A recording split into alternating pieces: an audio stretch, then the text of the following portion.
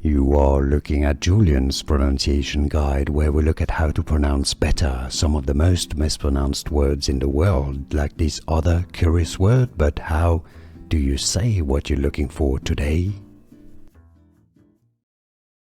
Company name pronunciation. Government agency, actually a California Public Employees Retirement System. CalPERS.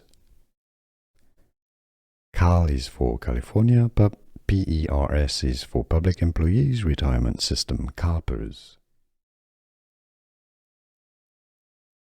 Company name pronunciation.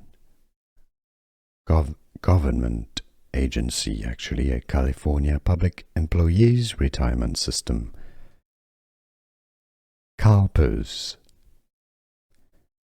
Cal is for California, but PERS is for Public Employees Retirement System, CalPERS.